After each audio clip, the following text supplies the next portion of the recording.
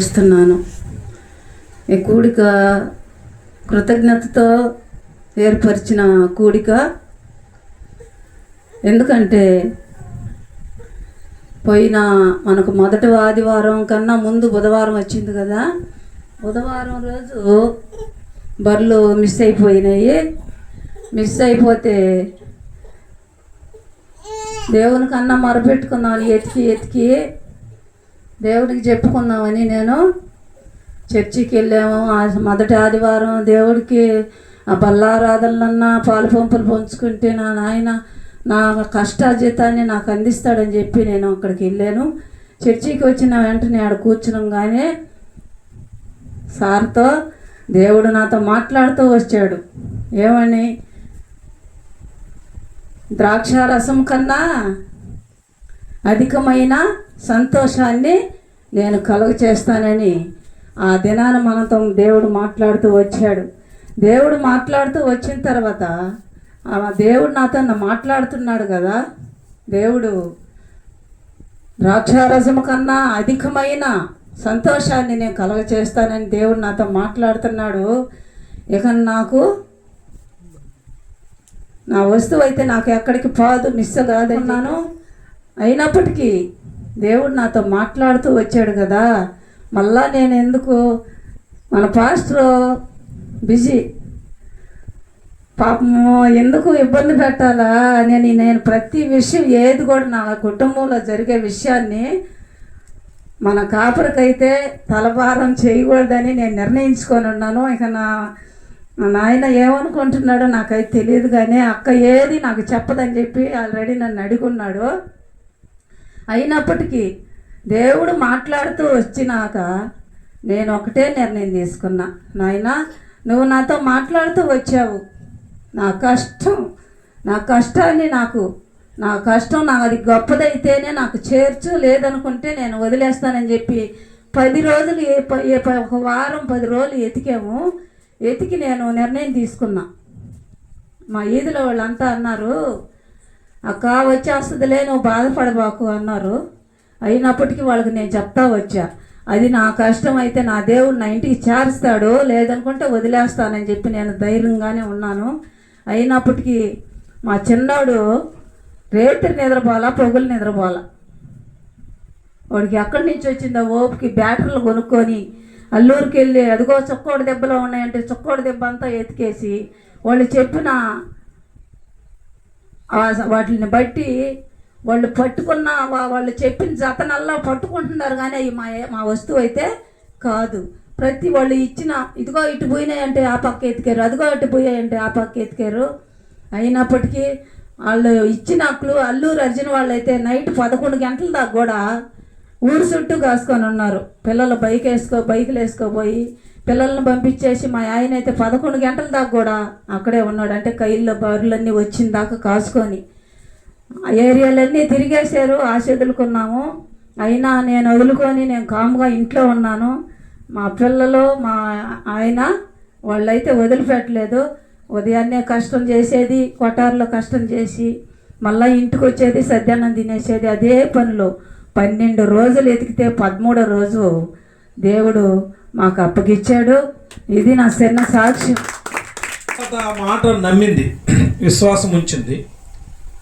ఆ మాట నమ్మి ఇక మరలా చెప్పడం ఎందుకు, ప్రార్థన చేయమని ఎక్కడ వాయిస్తాడో చూడు. తను నమ్మిన తర్వాత మళ్ళా ఎందుకు ప్రార్థన చేయమండం. ఒకసారి ఒక ఆవిడ ఏసన్ గారి దగ్గరకు వచ్చి ప్రార్థన చేయించుకుందంట.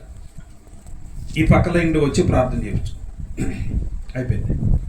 మళ్ళీ ఈ పక్కల ఇంట్లో వచ్చి మళ్ళీ ఈ పక్కల ఇంట్లో ప్రార్థన చేయించుకుంది. మళ్ళా మధ్యలోకి వచ్చి మధ్యలో ప్రార్థన చేయించుకుంది. అందరూ అయిపోయిన తర్వాత మళ్ళీ వచ్చి ప్రార్థన. ఎన్నిసార్లు చేయించుకుంటాము నువ్వు ప్రార్థన అంటే?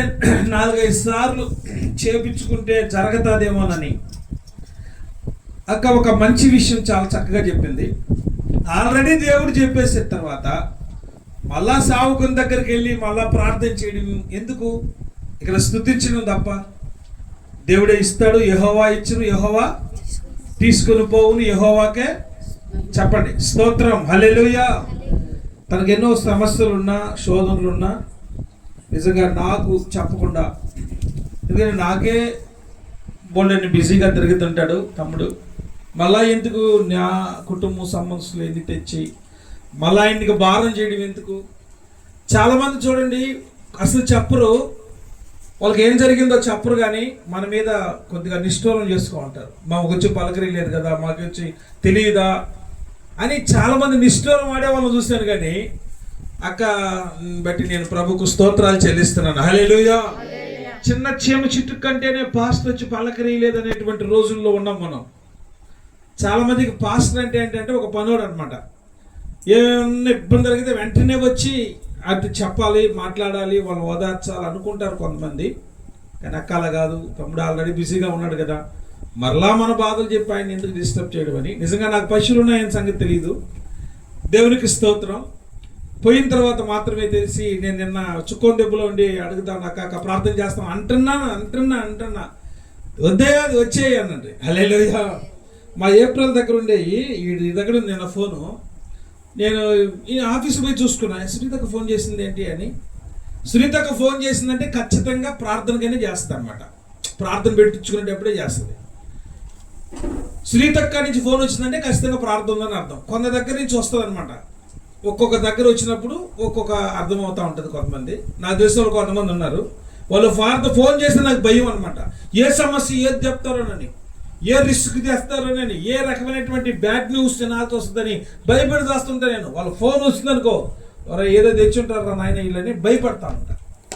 సరే ఆఫీస్కి వెళ్ళాను, అక్కడ కూడా కొద్దిగా బిజీగా ఉన్నా. తర్వాత చిన్న చుక్కోదెబ్బకి వచ్చి ఆడ ప్రార్థన చేస్తాను, వాళ్ళతో కూర్చొని మాట్లాడుతున్నప్పుడు అక్కడ చెప్పింది, వెంటనే పశువులు కూడా వచ్చాయని చెప్పింది. హల్లెలూయా. అక్కడ వాళ్ళు కూడా నాకు చెప్పారు, ఇక్కడ కూడా వచ్చారే వెతుక్కుంటా పశువులు లేవని అని అక్కడ వాళ్ళని చెప్పారు. కానీ దేవుడు నమ్మదగిన వాడు. చెప్పండి, మన దేవుడు ఎవరు? నమ్మదగిన దేవుడు ఆయన. అక్క ఒకటే చెప్పింది, ఇది నా సొత్తు అయితే వస్తుంది, నా సొత్తు కాకపోతే రాదు. వీళ్ళకి అసలు వీళ్ళు చేసే పనే కష్టం, పొద్దులు వస్తాం కష్టం.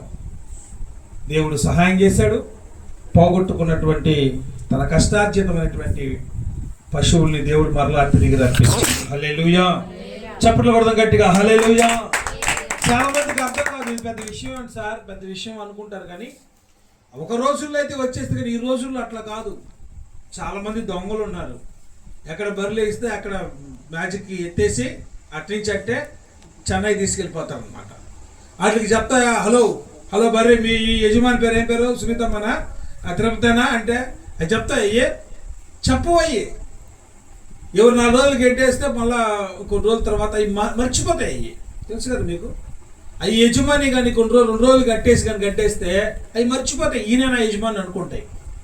ఇలాంటి పరిస్థితుల మధ్య దాదాపు 12 రోజులు మొత్తం కనపడలేదు, కానీ 13 రోజులు దేవుడు తన బాహు చాచి కార్యాలు చేస్తూ వచ్చాడు. హల్లెలూయా. చాలా సంతోషం. దేవుని వాక్యాన్ని మనం ధ్యానం చేసుకున్నాం. సమూయేలు మొదటి గ్రంథం 9వ అధ్యాయం కొన్ని వచనాలు మనం చదువుకున్నాం. సమూయేలు మొదటి గ్రంథం చదువుతారు ఎవరైనా? దయచేసి కొద్దిగా హెల్ప్ చేయండి. Book of Samuel, first Samuel 9వ అధ్యాయం మొదటి నుంచి కొన్ని వచనాలు మనం చదువుకున్నాం.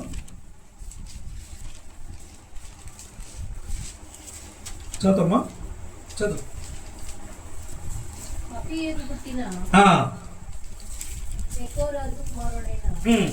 కాస్త కొంచెం ఇబ్బందిగానే ఉంటాయి, పర్లేదు.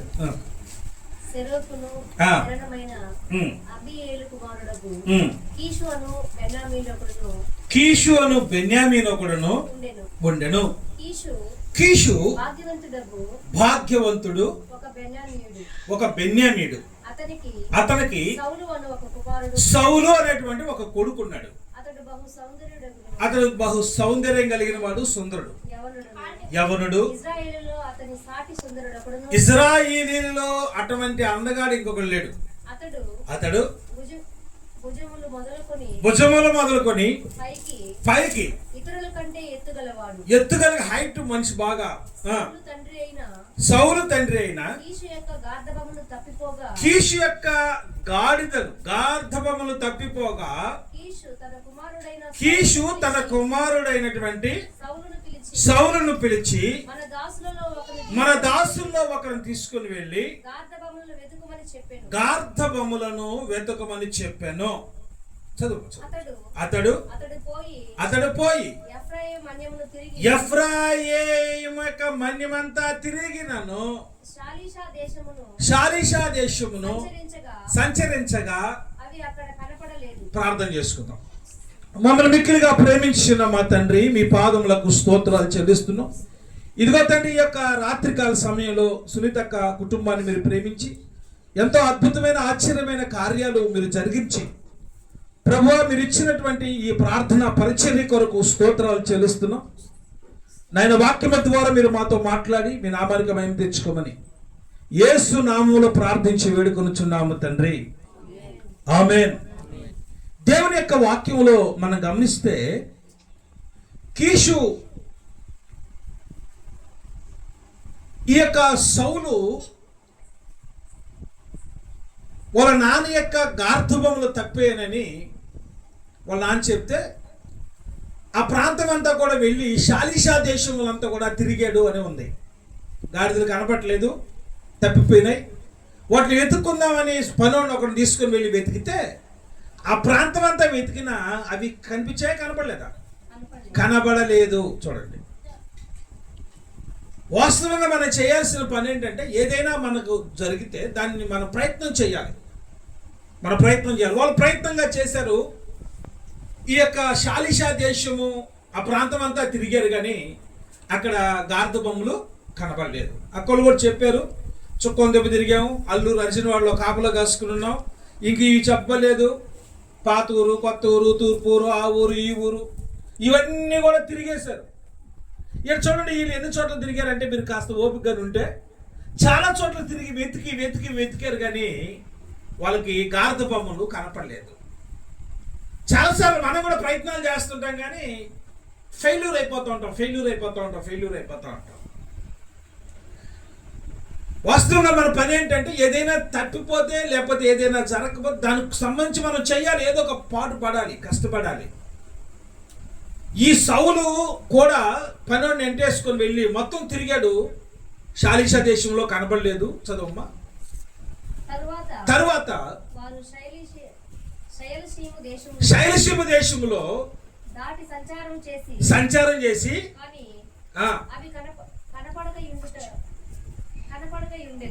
అక్కడ కూడా తిరిగారు, కానీ అక్కడ కూడా కనపడలేదు.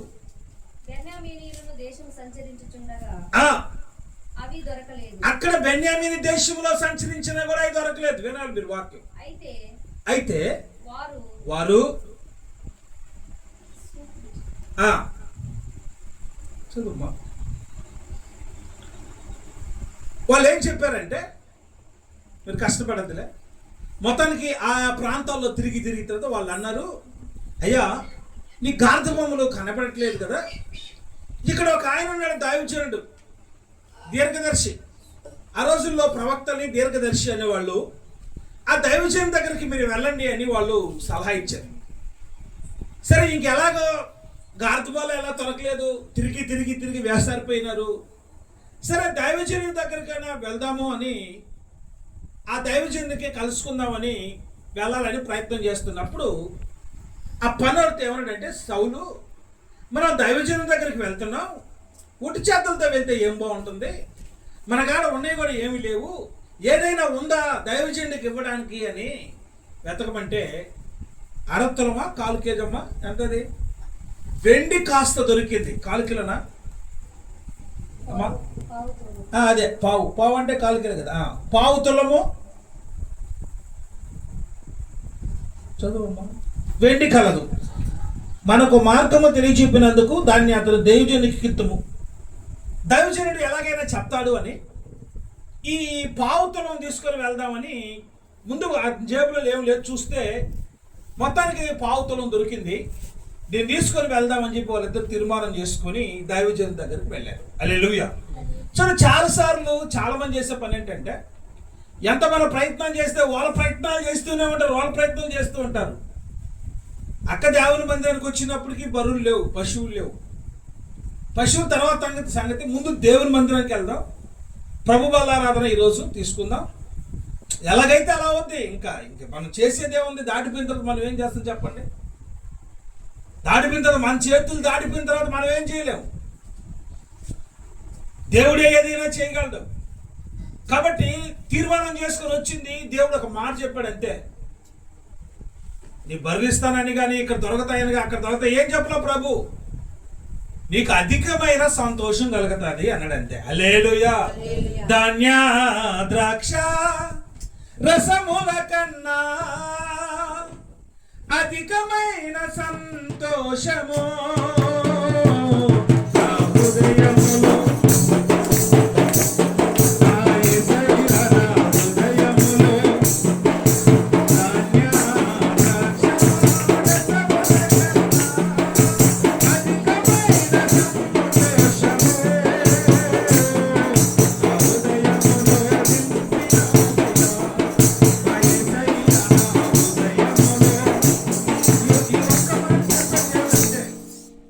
ఈ ఒక్క మాట చెప్పాడు దేవుడు.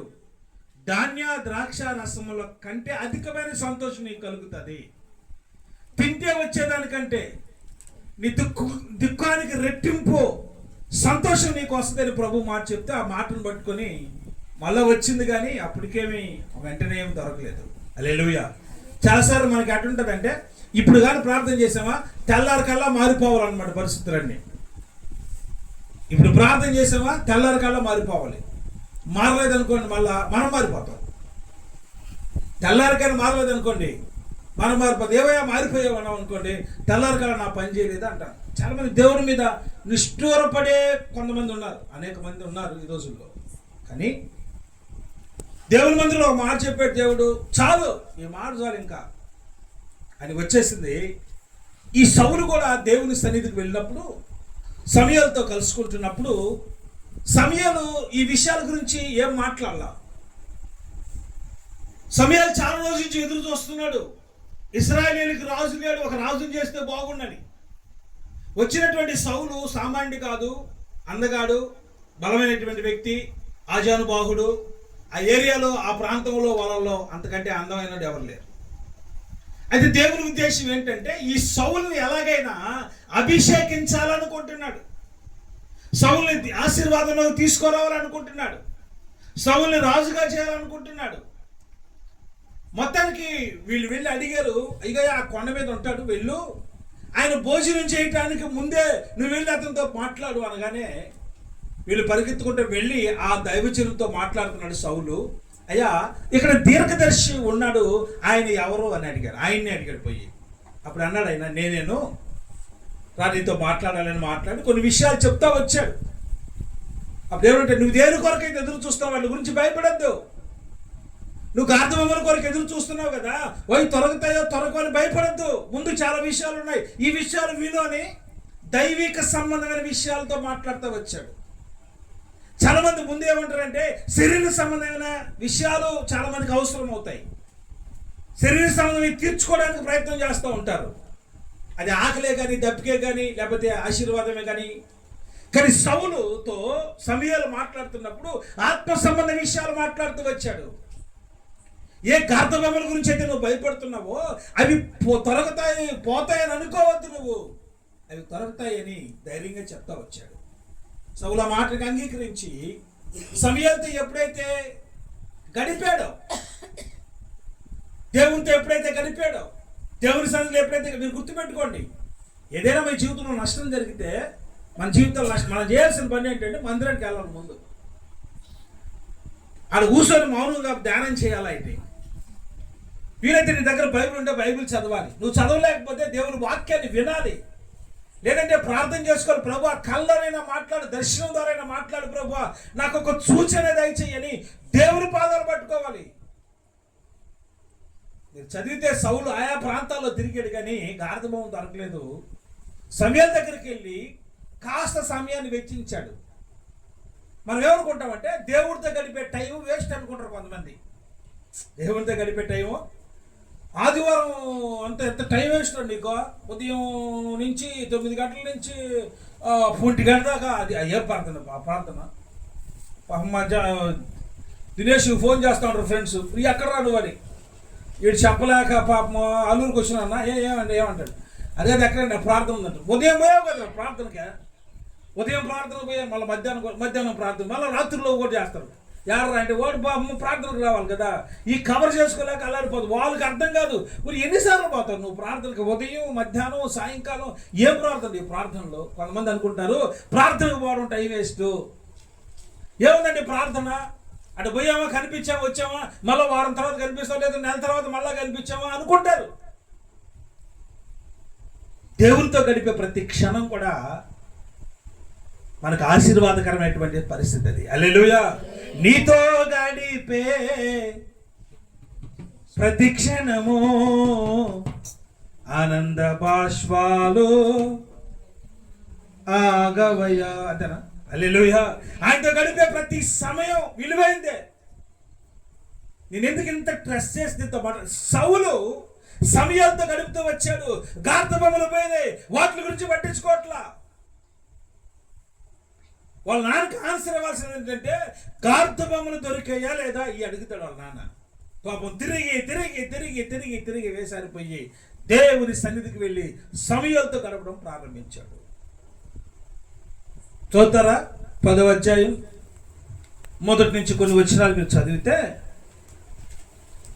అప్పుడు సమూయేలు తైలపు పుట్టి పట్టుకొని సౌలు తల మీద తైలము పోసి అతని 2వ చదువమ్మా. ఈ దినమున నీవు నా యొద్దకు నుండి పోయిన తరువాత బెన్యామీను సరిహద్దుల్లో జల్సాహోలో నుండి రాహేలు సమాధి దగ్గర 2 మనుషులు నీకు కనబడుదురు. వారు నీవు ఎతకపోయిన గార్ధబొమ్మలు దొరికినని నీ తండ్రి తన గార్ధబొమ్మల కొరకు చింతింపక నా కుమారుని కనుగొంటే నేను ఏమి చేతున్నా నీ కొరకు విచారపడుచున్నాడని చెప్పుదురు. హల్లెలూయా. నువ్వు ఎప్పుడైతే సమయాల దగ్గర నుంచి పోతావు అంటే దేవుని సన్నిధిలో నుంచి సమయాలు అంటే దేవుని దగ్గర నుంచి నువ్వు పోయినప్పుడు ఈ సన్నిధి వదిలి నువ్వు వెళ్ళిన తర్వాత సమయాలు చెప్తున్నాడు, నీకు గార్ధబొమ్మలు దొరుకుతాయి. వాళ్ళు వచ్చి ఇద్దరు వచ్చి మాట్లాడతారు, అడుగుతారు ఏమని తెలుసా? బాబు నువ్వు గార్ధబొమ్మల కోసం ఆలోచిస్తున్నావు, మీ నాన్న నీ గురించి ఆలోచిస్తున్నాడు, త్వరగా గార్ధబొమ్మలు దొరికి రమ్మని చెప్తాడు. హల్లెలూయా. చూడండి, ఎప్పుడైతే వాళ్ళు ఈ సౌలు దేవుడికి ప్రాధాన్యతనిచ్చాడో పోగొట్టుకున్నటువంటి గార్ధబొమ్మలు దొరికాయి. హల్లెలూయా. ఇంట్లో కూడా అదే జరిగింది. ఇంట్లో కూడా అదే జరిగింది. అవకాశం ఉంది. మా ప్రార్థనకు రాలేదంటే ఎక్కడయ్యా బర్రెలు పోయినాయి, ఇంట్లో వాళ్ళందరం తిరుగుతూ ఉన్నాం, ఈయన ఇటు పోయినాడు ఇటు పోయినా, మేము 4 దక్షిణకు వెళ్ళినామంటే ఎవరేం అడగరు. 1 నెల రోజులు ఎత్తుక్కున్నా కూడా ఎవరు అడగరు. ఏమమ్మా ప్రార్థన రాలేదంటే చెప్తారు, ఎందుకంటే బరువులు కనపడలేదు కాబట్టి ఎదుగుతూనే ఉన్నారు. కొంతమందికి సాకు, కొంతమందికి ఏదైనా చిన్నది మా ఓడికి బడి ఎగ్గొట్టడానికో సాకు అనమాట. వాడు మొన్న వచ్చి ఏదో తుమ్మాడు, కొంచెం తుమ్మాడు అంతే అన్నాడు. వాడు అది పెట్టుకొని నానా నేను తుమ్మే అరే బడికి పోనట్టు. అది ఉన్నది. మనోళ్ళు కూడా చాలామంది ఎట్లుంటారంటే చిన్నది ఏదైనా జరిగితే చాలు, చిన్నది దేవుని మందిరాన్ని ముందు దాన్ని స్టాప్ చేస్తారు. ఫస్ట్ దేవుని మందిరమే కాదు, దేవునికి ఇవ్వాల్సిన ప్రాధాన్యతను స్టాప్ చేస్తారు ముందు. మీరు ఎప్పుడైనా గుర్తుపెట్టుకోండి, మన ఆశీర్వాదం ఎక్కడ ఉందంటే దేవుని సన్నిధిలోనే ఉంది. హల్లెలూయా. ఈ గార్ధబొమ్మల కొరకు ఎదురు చూస్తున్నటువంటి ఈ సౌలు దేవునితో సమయాలతో ఎప్పుడైతే గడిపి బయటికి రావడంగానే గార్ధబొమ్మలు దొరికాయి. చెప్పలు కొడదాం గట్టిగా. హల్లెలూయా, హల్లెలూయా. ఆయనతో గడుపుతున్న ప్రతి క్షణం, ప్రతి సమయం విలువైందే ప్రియ దేవుని బిడ్డలారా. ఈ కుటుంబస్తులు అదే తీర్మానం చేస్తున్నాను. నాతో ఒక్క మాట కూడా చెప్పలేదని నేనే బాధపడట్లా. ఎందుకంటే వాళ్ళ విశ్వాసాన్ని బట్టి, వాళ్ళు ఎదుగుతున్న బట్టి నేను సంతోషపడుతున్నా. ప్రతి విషయం నాకు చెప్పాలని నేనే కోరుకోవట్లేదు, కానీ మీరు విశ్వాసంలో బలపడ్డం అయితే నా బాధ. నేను కూడా మీ బాధల్లో పాలు పంచుకునేవాడినే కదా అని ఒక ఉద్దేశం అంతే. ఏదైనా సమస్య ఉంటే మీ కొరకు నేను ప్రార్థిస్తాను, ఈ ఒక్క ఉద్దేశం తప్ప వేరొక రకమైన కానే కాదు. సమయం ఇచ్చారు దేవునికి, తర్వాత వెతికారు, చాలా కష్టపడ్డారు, కానీ ప్రభు సహాయం చేశాడు. హల్లెలూయా. అందరూ ఆశ్చర్యపోయేటట్లుగా ఆశ్చర్యకరమైనటువంటి కార్యాలు చేశాడు. ఈ నెల కాకముందే దేవుడు సహాయం చేసి పోయినటువంటి ఆ పశువులు మరలా తిరిగి వచ్చాయి. హల్లెలూయా.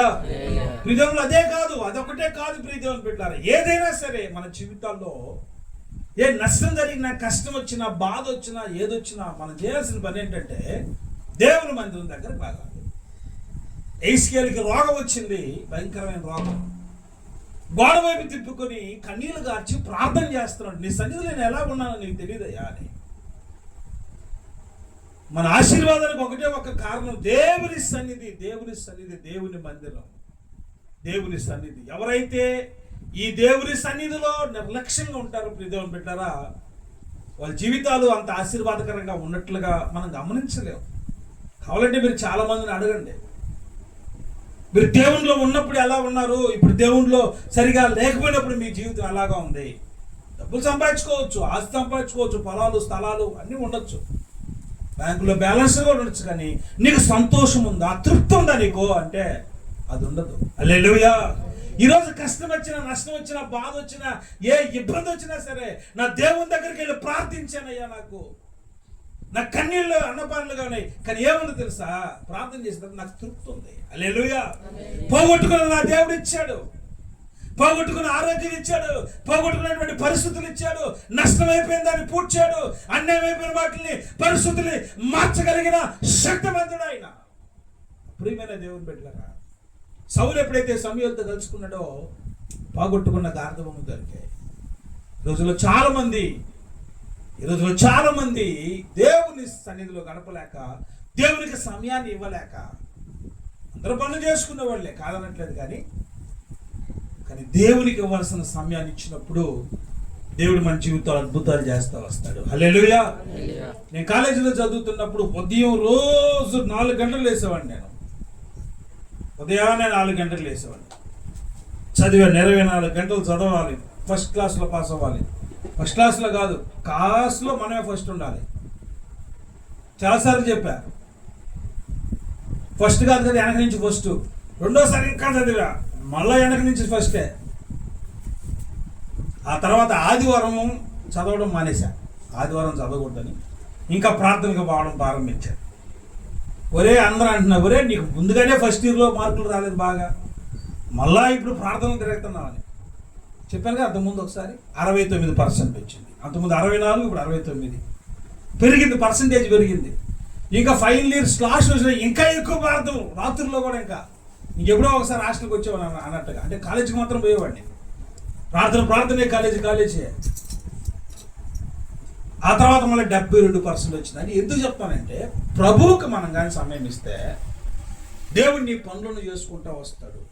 నువ్వు సంపాదించే సంపాదన నిలబడుతుంది, అది నిలబడుతుంది. కొంతమంది సంపాదిస్తారండి, సంపాదించే సంపాదన నిలబడదు వాళ్ళకి. కష్టపడి సంపాదించుకుంటారు, పోగొట్టుకుంటారు, కష్టపడి సంపాదించుకుంటారు, పోగొట్టుకుంటారు.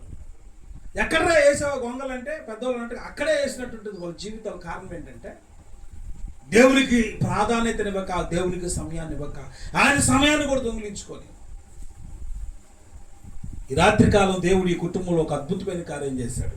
ఇది సంతోషించాల్సిన పరిస్థితి. చాలా మంది ఏమనుకుంటారంటే, ప్రభా నీకు నేను సాక్ష్యం చెప్తాను ప్రభా చర్చిలో, అంతే అయిపోయింది. దానికి ఆ నుంచి వచ్చేసి ఇక్కడ ప్రార్థన పెట్టుకోవాల్సినంత అవసరం ఏముంది అని అనుకుంటారు కొంతమంది. దాని వెనక ఎంత బాధపడ్డారు వీళ్ళు, ఎన్ని రోజులు బాధపడి కన్నీళ్ళు గార్చి చెప్పుకోలేక, ఎవరిని ఏలో అడిగితే ఏమనుకోక ఉన్న చాలా విలువైనవి. ఇప్పుడు ఏం తక్కువేం కాదు. అయ్యింది పోగొట్టుకుంటే ఎన్ని రోజులు బాధపడ్డారు. ఈ బాధనే చర్చిలోకి వెళ్ళి ఒక నిమిషం సార్ సాక్ష్యం టైం ఇస్తారా, ఇదమ్మా దేవుని స్తోత్రాలు, మీకు వందనాలు, మా బరులు పోయాయి, దొరికాయి, అయిపోయింది. చాలామంది నాకు ఆశ్చర్యం వేస్తుంది, దేవుని దగ్గర ప్రార్థన చేస్తున్నాడు, సాక్ష్యం చెప్పాలి. సాక్ష్యం చెప్పేసి చర్చిలో సాక్ష్యమే అనమాట. చర్చిలో కాదు సాక్ష్యం చెప్పాల్సింది, ఊరు మొత్తం చెప్పాలి. హల్లెలూయా.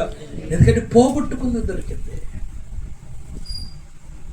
ఈరోజు మనందరిని పిలిచి ఈ ప్రార్థన కూడిక కృతజ్ఞతగా దేవునికి స్తుతి చెల్లించాలా, కృతజ్ఞత భావం కలిగి ఏదైతే నా జీవితంలో పోగొట్టుకుందని మరలా దేవుడు ఇచ్చాడు.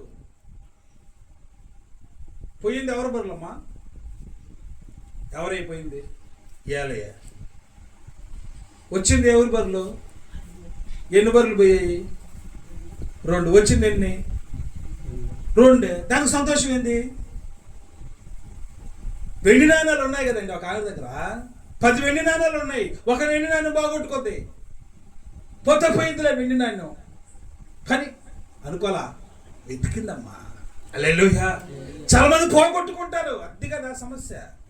దేవుడిచ్చిన కృప ఇచ్చాడండి ఒకటి మనకు, దేవుడు నీకు పాటలు పాడే వరం ఇచ్చాడు, పరిచర్య చేసే వరం ఇచ్చాడు, ప్రార్థన చేసేటువంటి వరం ఇచ్చాడు, వాక్యం చెప్పేటువంటి వరం ఇచ్చాడు. ఎంతమంది రోజుల్లో పోగొట్టుకున్నారండి దేవుని ఆశీర్వాదాన్ని? శపించబడిన అనుభవాల్లో తిరుగుతున్నారు కొంతమంది. వెండి నాణ్యాలు 10 ఒక వెండి నాణ్యం పోగొట్టుకుంది. కలిగి ఉందా? ఎతికింది మొత్తానికి దొరికింది. దొరికిన తర్వాత ఏం చేసింది? చల్లగా బీరులో పెట్టుకుందా?